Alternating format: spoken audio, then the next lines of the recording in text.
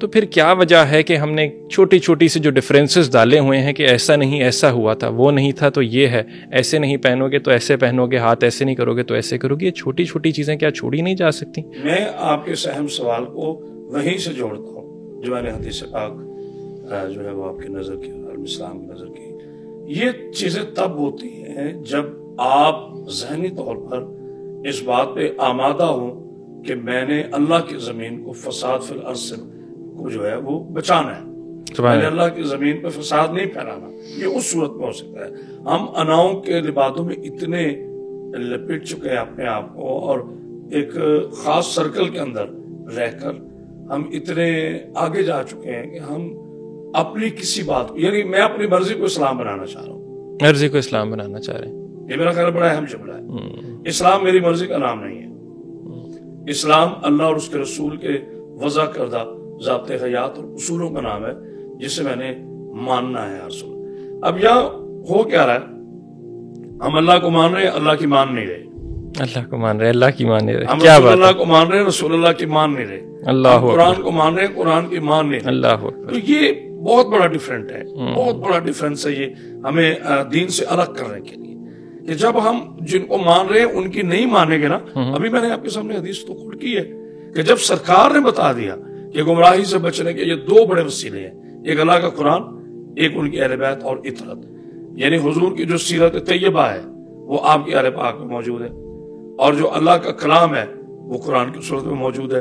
تو ان دونوں high authorities کے ہوتے ہوئے ہمیں کیا ضرورت پڑ گئی کہ میں کہتا ہوں یہ آیت تو ہے، یہ اسماعیل صاحب آیت تو ہے، لیکن پھر بھی ہم اپنے علماء سب سے پوچھ لیں، وہ اس کی تفسیر بیان کریں گے. وہ تفسیر بیان کریں گے. اختلاف تفسیر پہ ہو سکتا ہے، اختلاف تراجم پہ ہو سکتا ہے، قرآن میں نہیں. سبحان اللہ، کیا بات ہے. تو یہ ہمیں مل بیٹھ کے سوچنا ہے اس پر، اپنی نوجوان نسل کو تباہی سے بچانا ہے.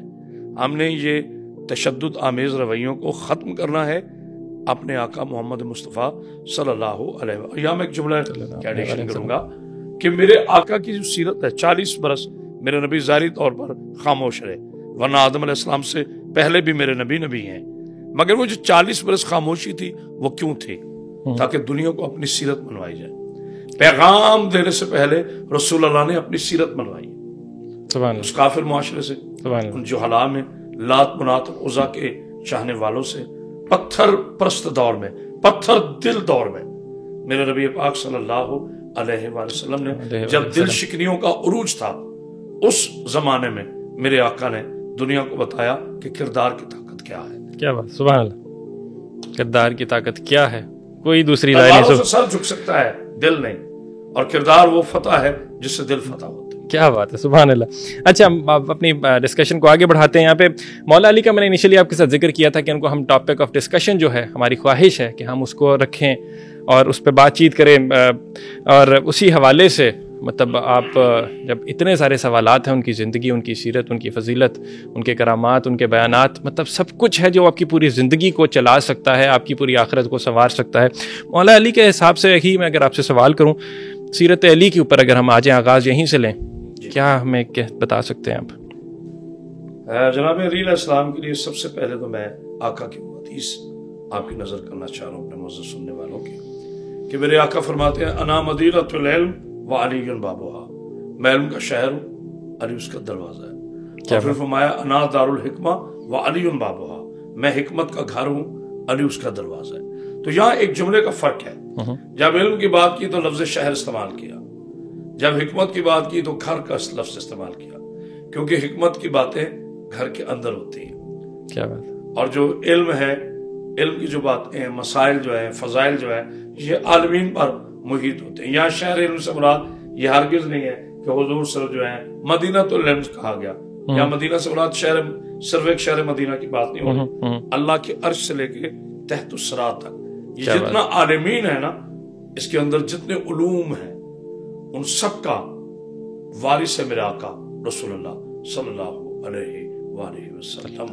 میرے اللہ کے بعد کائنات کا سب سے بڑا عالم میرا رسول ہے، اور اس شہر علم کے دروازے کا نام ہے جناب علی علیہ السلام.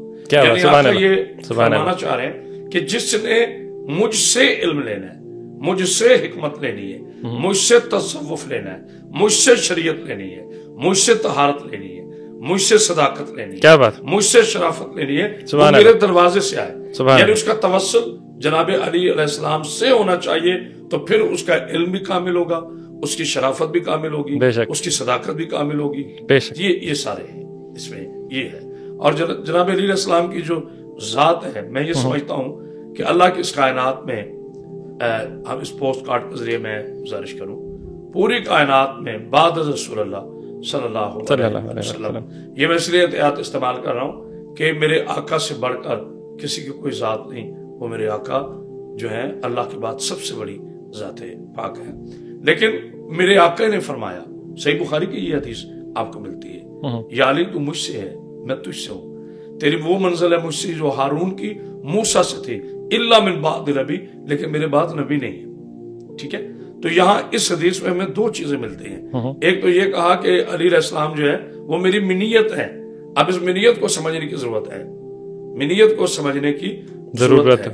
اور جب آپ نے فرمایا نا کہ آپ مجھ سے ہو، میں آپ سے ہوں، تو جناب علی علیہ السلام کی حیات طیبہ میں کہیں بھی ایسا نہیں ملتا کہ سرکار نے فرمایا ہو کہ میں رسول جیسا ہوں. کیا بات. تو فرقے کو ختم کرنے کے لیے یہی بات پہلی بنیادی ہے، جناب علی علیہ السلام کا عقیدہ اپنائے کہ کبھی اپنے آپ کو کسی اینگل سے بھی رسول اللہ جیسا نہ کہے. حالانکہ جس کو رسول کہہ رہا ہے کہ آپ مجھ جیسے، وہ علی علیہ السلام بھی احتیاطاً نہیں کہہ رہے کہ میں نبی جیسا ہوں.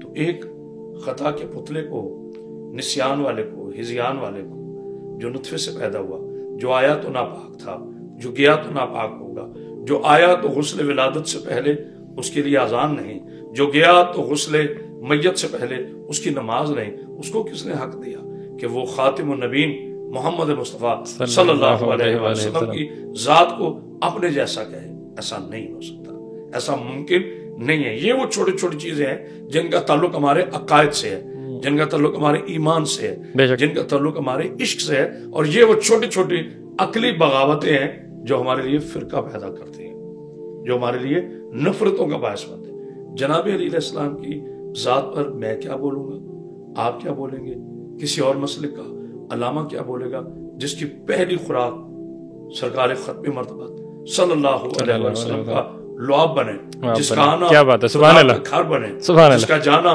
خدا کا گھر ہو، جس کی تربیت رسول اللہ ہو، جس کے فضائل رسول اللہ بیان کریں، جس کے علم کے لیے حدیث میرا آقا بیان کرے، جو سید الاولیاء ہو، کائنات کے تمام اولیاء کا سردار ہو، جو اس انداز سے اپنی زندگی، اپنی حیات طیبہ بسر کریں کہ ایک ایک لمحہ آپ کی زندگی کا نمونہ حیات بن جائے. اس علی علیہ السلام کے لیے میں لفظوں کا غریب ہو جاتا ہوں. میں کیا بیان کروں گا، کیا ہے جس کے بغیر نہ خلافت مکمل ہوتی ہے، جس کے بغیر نہ امامت مکمل ہوتی ہے، جن کے بغیر نہ ولایت مکمل ہوتی ہے، اور جن کے بغیر نہ ہدایت اور ایمان مکمل. کیا بات ہے، سبحان اللہ. کیا کہیں، لفظ ختم ہو جائیں گے، الفاظ ختم ہو جائیں گے، وقت ختم ہو جائے گا. ان کی ذات پر کوئی دورائے ہے ہی نہیں. اب یہ دیکھیں نا کہ جناب علی علیہ السلام کا ایک خود اپنا ارشاد پاک ملتا ہے. آپ فرماتے ہیں کہ میں جتنا بڑا عالم تھا اتنا بڑا مجھ سے سوال نہیں کیا گیا، اور جتنا بڑا میں سخی تھا مجھ سے اتنا مانگا نہیں گیا. یقین کیجئے غیر مسلم مفکر ہے، وہ کہتا ہے کہ اگر میں علی علیہ السلام کے زمانے میں ہوتا تو میں علی سے پوچھتا کہ اس کائنات کو بنانے کی وجوہ کیا ہے، اس کائنات کے وہ راز کیا ہے جو انسان علم نہیں رکھتے. میں کبھی علی سے یہ نہ پوچھتا کہ میری دستار کے پیچ کتنے ہیں، میری داڑھی کے بال کتنے ہیں. سوال کرنے والے کے ضبط سے پتہ چل جاتا ہے کہ اس کی علمی وساعت کیا ہے.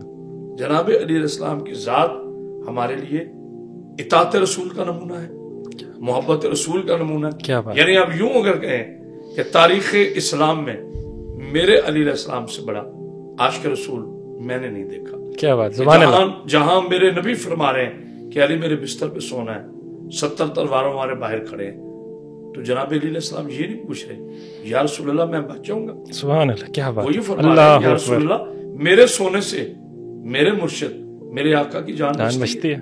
یعنی یہاں فکر اپنی جان کا نہیں ہے، اپنے مرشد کی وقت میں اطاعت رسول بھی ہے اور اپنے آقا محمد مصطفیٰ صلی اللہ علیہ وسلم کی جان کو بھی پیار. سبحان اللہ سبحان اللہ, کیا بات ہے.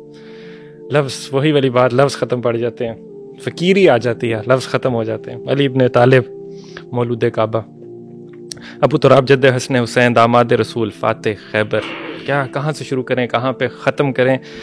بات چیت ہے کہ وہ بڑی ایموشنل کر دیتی ہے. مطلب ہم نے بہت سی پوڈ کاسٹ کیے ہیں علامہ صاحب اس سیٹ کے اوپر, دوسرے سیٹ کے اوپر بھی, رمضان المبارک سے پہلے بھی, بعد میں بھی کریں گے. لیکن میں نے دیکھا ہے کہ جب یہ وہ والی ڈسکشنز ہیں جو کہ آپ کے رونگٹے کھڑے کرتی ہیں. ہر دفعہ آپ کو احساس ہوتا ہے کہ یہ کیا طاقت, یہ کیا ہستیاں, یہ کیا نمونے. مطلب یہ تو آپ دنیا بھی اور آخرت بھی آپ سوچنے پر مجبور ہو جاتے ہیں.